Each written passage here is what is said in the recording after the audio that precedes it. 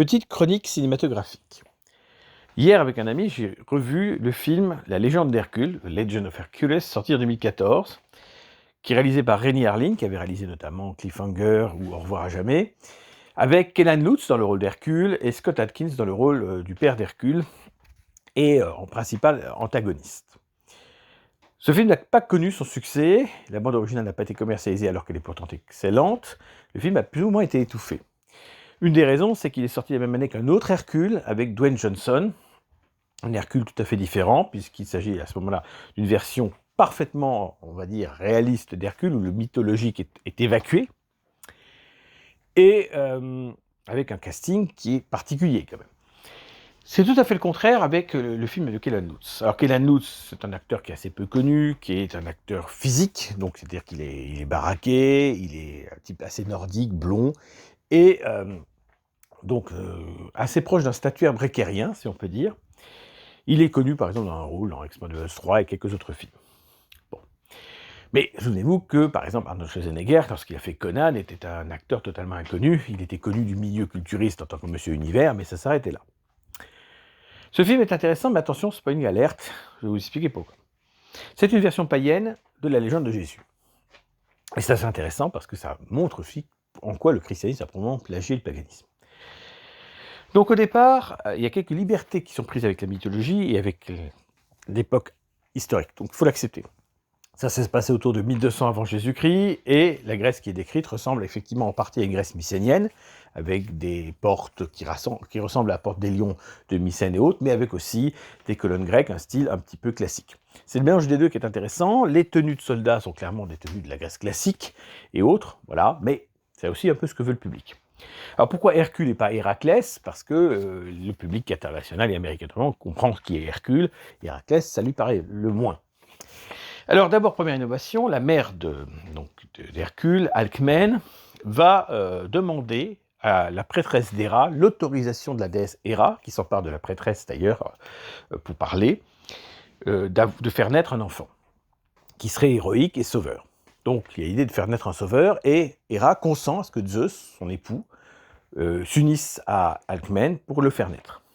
La scène sexuelle est assez intéressante, puisque évidemment le personnage de Zeus n'apparaît pas physiquement, mais on voit qu'il y a un souffle, une tempête, l'orage, et qu'elle est prise d'un désir amoureux, mais alors qu'il n'y a aucun amant physique visible. Bon.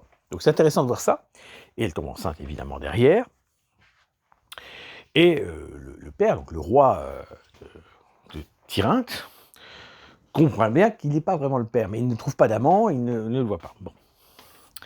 Et donc, il maltraite, si on peut dire, son deuxième fils, qu'il fait appeler Alcide, ce qui est vrai, effectivement, le nom de Héraclès dans sa jeunesse, avant que ce dernier n'assume le nom d'Héraclès, ou d'Hercule, qui lui est donné par la prêtresse d'Héra. C'est-à-dire que Héra, la déesse elle-même, demande à ce qu'il porte ce nom lorsqu'il sera le représentant finalement de Zeus.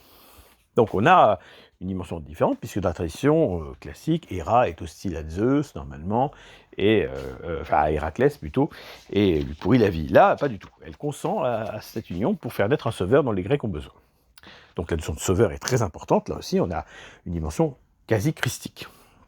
C'est un personnage qui va subir l'opprobre, il va être trahi par son père ou son beau-père, il va être esclave, il va être gladiateur. Donc là, on reconnaît un peu le principe de Maximus dans Gladiator, mais tout ça c'est bien fait, et évidemment avec des scènes de combat assez impressionnantes et sanguinaires, pas de pitié dans le film.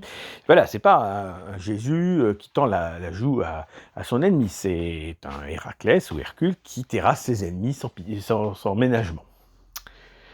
Mais il y a des passages intéressants où effectivement, au début, il ne croit pas qu'il est le fils de Zeus, et il va falloir qu'il accepte ce destin. C'est intéressant de voir cette dimension-là. Et il y a plusieurs scènes qui sont impressionnantes. À un moment donné, il y a une scène où il y a une sorte de crucifixion. Alors, c'est pas une crucifixion, il est attaché avec des chaînes, mais il est fouetté, et ça rappelle totalement, la figure du Christ. Donc, simplement la différence, c'est qu'au lieu de mourir sur la croix, lui détruit tout simplement les piliers qui tiennent ces chaînes, et brise ces chaînes, et se sert ensuite de cela pour vaincre ses ennemis. Par un autre moment, il tend son épée vers le ciel, Zeus lui envoie la foudre, et il se sert de son épée comme une sorte d'immense fouet d'éclairs pour vaincre ses ennemis. C'est-à-dire que la différence, elle est fondamentalement là. Et ensuite, évidemment, il gagne, et ensuite épouse sa bien-aimée et a un enfant. Oui, la dimension parachristique est très différente dans ce sens-là. C'est-à-dire qu'effectivement, il y a un parallèle, clairement, entre Jésus et Hercule. La différence, c'est qu'Hercule n'accepte pas de mourir sous le coup de ses ennemis, au contraire, il les brise, il les écrase, et il triomphe. Autre différence, et ce n'est pas quelqu'un qui est indifférent aux femmes, dans le sens où il va avoir une compagne et des enfants. Ce qui n'est pas la même chose que, évidemment, Jésus qui meurt sur la croix, même si certains lui prêtent une romance avec Marie-Madeleine. Voilà, vous voyez, la différence, elle est fondamentale, c'est que là, on a un fils de Zeus qui se bat, qui combat, et le dieu du ciel l'aide physiquement, avec des actions héroïques et des actions magiques, entre guillemets, divines. Donc ce film-là n'a pas dû plaire du tout scénaristiquement à certains, et je pense qu'ils ont tout fait pour, comment dire, le minimiser ou le faire oublier. Comme il n'y a pas un casting formidable, etc., ils ont eu tous les moyens de le faire, mais ce film est très dérangeant sur un plan idéologique pour, on va dire, le camp chrétien. Je vous rappelle simplement une donnée que vous n'avez peut-être pas en tête, le film Agora, qui est un film intéressant avec Rachel Weisz dans le rôle de Hypatie. C'est un film qui a été interdit en Italie, sous la pression du Vatican. Il n'a pas été diffusé, pour être précis, techniquement. Alors que c'est un film tout à fait remarquable par bien des aspects, qui raconte le martyre de Hypatie, la dernière grande philosophe païenne d'Alexandrie, et qui est intéressant parce qu'il montre les chrétiens sous un jour tout à fait différent de ce qu'on a l'habitude d'avoir dans les péplums, non pas comme des victimes sacrificielles comme dans Gladiator et d'autres films, mais tout simplement comme des agresseurs qui s'en prennent aux païens, aux livres, qui brûlent des textes sacrés, qui s'attaquent aux juifs et qui sont responsables de la mort d'Hypatie à la fin. Donc l'intéressant, ce film Agora, qui est un film espagnol, de réalisateur espagnol, car effectivement, le Vatican l'a fait interdire en Italie, enfin l'a empêché en Italie. Vous voyez, donc ces films, Péplum et autres, ne sont pas si innocents que cela. À titre d'exemple, j'ai revu la Gladiator 2, qui est quand même largement inférieur au premier Gladiator, mais qui est intéressant par certains points de vue.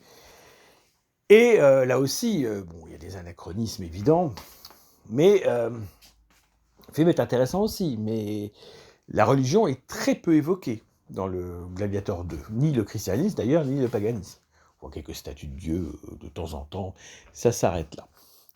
On voit quand même une belle scène où il tient un discours de libérateur. Derrière lui, il y a une statue de Mars, vengeur, avec la lance et le bouclier et la barbe. Et donc, c'est pas dit, mais j'ai reconnu ce statuaire.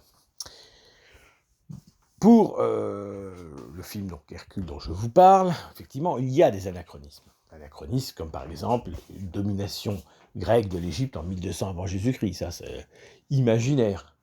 Et puis il y a également des Germains comme mercenaires, là aussi l'anachronisme est évident. Ça aurait été d'ailleurs le même avec des Celtes. C'est pas totalement absurde d'imaginer cela, mais pas avec les nœuds qui sont donnés. Voilà, ces anachronismes, c'est pas grave, il faut les admettre comme tels. C'est vrai que dans le film 3 de Peterson, ils avaient évité ce genre de choses, ils avaient essayé d'être un peu plus réalistes. Bon, peu importe. Ce qui dérange dans le film, c'est pas les anachronismes, il y en a les autres. Ce qui dérange, évidemment, c'est cette dimension païenne qui est très explicite et très frappante. Voilà. Donc, comme je le disais, les dieux n'apparaissent pas, comme dans certains films, hein, comme dans La colère des titans ou autres, où les dieux apparaissent incarnés. Là, ils n'apparaissent pas incarnés, mais ils ne sont pas moins puissants. Et incarnés par les forces du cosmos, plus que donc par des êtres de chair et de sang. Voilà, donc c'est intéressant parce que le fait de ne pas nier le divin sans le présenter est quelque chose d'original. Voilà. Donc ce film a toutes les caractéristiques qui déplaisent. Et puis dans le casting, alors la diversité est réduite à une diversité objective. Par exemple, effectivement, les Égyptiens. Bon. Mais à part cela, ceux qui incarnent des Grecs sont tout à fait européens. La diversité sur ce plan est inexistante. Ça aussi, ça n'a pas dû plaire. Parce que c'est vraiment inexistante. Comme elle l'était à l'époque. Et c'est pas le cas, par exemple, du Hercule dont je parlais, puisque Dwayne Johnson n'est pas, à ma connaissance, d'origine européenne. Et même dans Gladiator 2, ou encore dans Les Immortels, il y a de la diversité. Alors elle est réduite parfois, mais elle est là.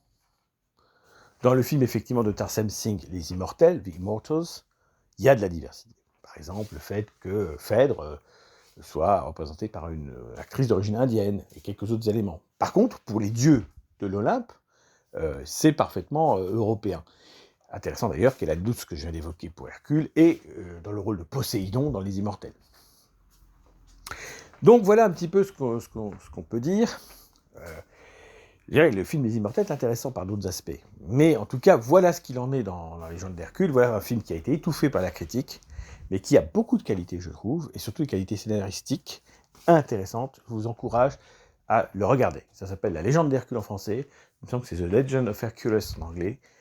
Et ça vaut avoir le coup de l'avoir vu au moins une fois. Après, vous direz, oui, c'est un péplum, machin, vous pourrez chipoter sur le plan cinématographique pur si vous voulez. Moi, franchement, c'est un film que j'apprécie. J'ai vu avec mon père il y a une dizaine d'années. On avait beaucoup aimé. Et je vous conseille de le voir en Blu-ray ou comme vous voulez. Voilà.